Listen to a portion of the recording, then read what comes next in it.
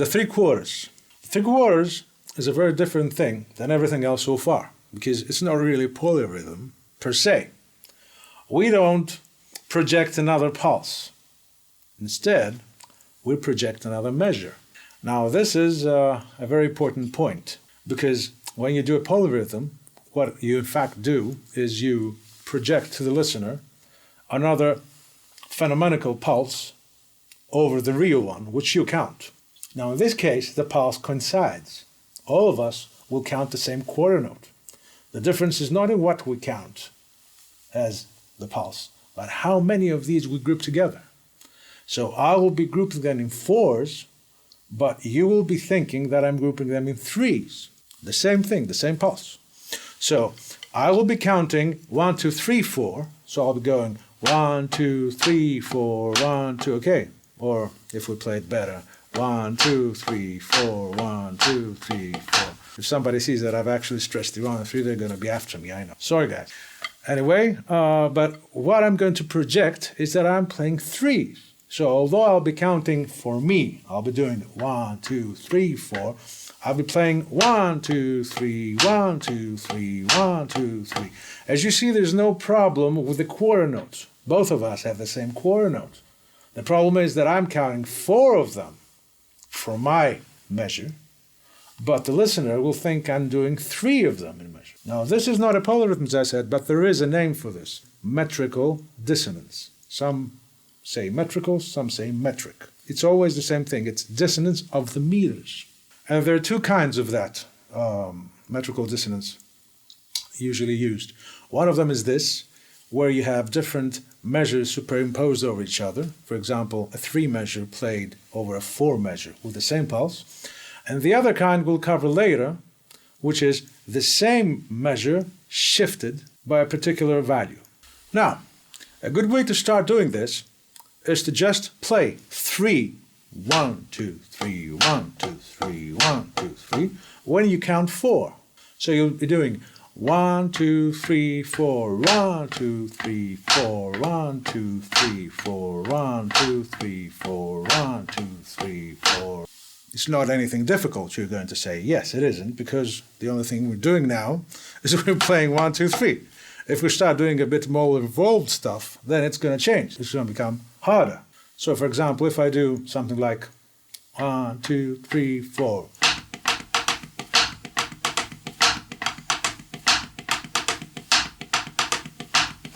Which is a very common trick that drummers do. Jack DeJohnette has the exact same thing in his book, for example. It's like you do 1, 2, 3, 1, 2, 3, 2, 3. But you're counting 4s. So what you're doing is this: 1, 2, 3, 4, 1, 2, 3, 4, 1, 2, 3, 4, 1, 2, 3, 4. I play something that seems like a 3/4 thing, but I'm actually counting 4.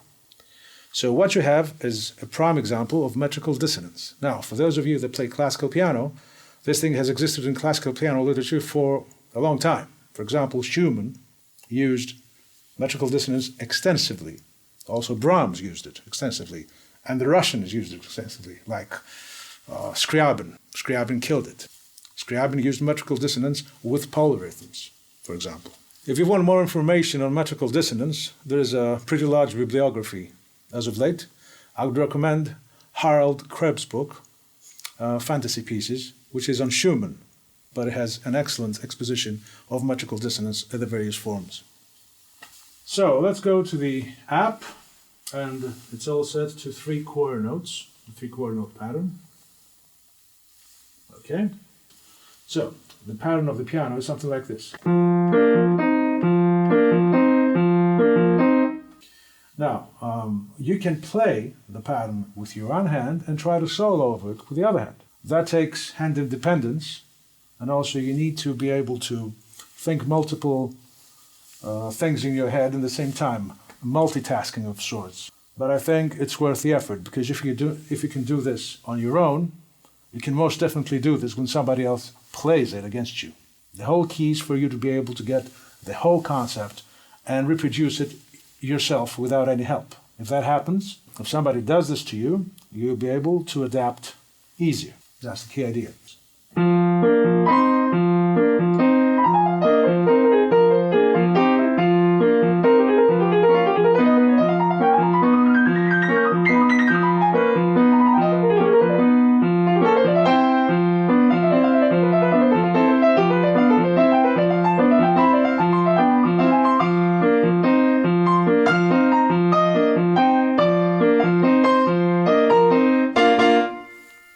this is a complete form. Okay?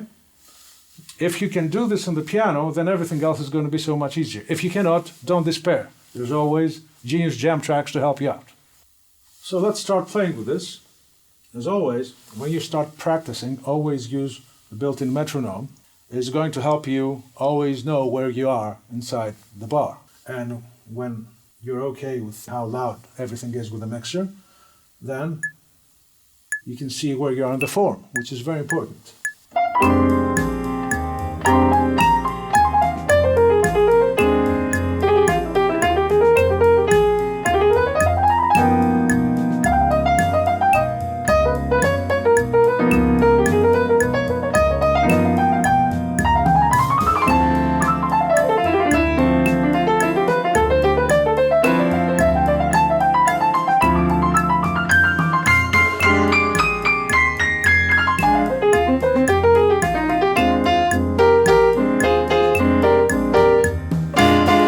What you're doing here is you're using the new groove and try to play normally above it. Of course, you can follow the groove, or you can follow the groove over the normal default thing. In all three ways, you're going to have some kind of metrical clash. Either it's going to show itself if you do something over something else, or it's never going to show itself because you actually comply with what the machine is doing. In all three cases, you're doing a bodybuilder's job with your timing.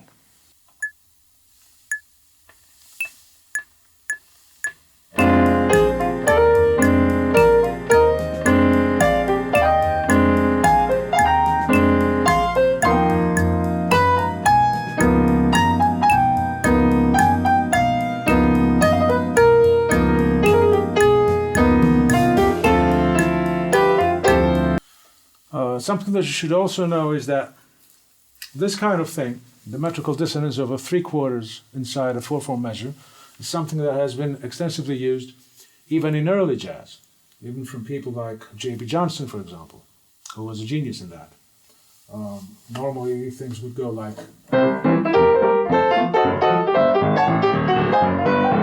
Okay, but he would change it.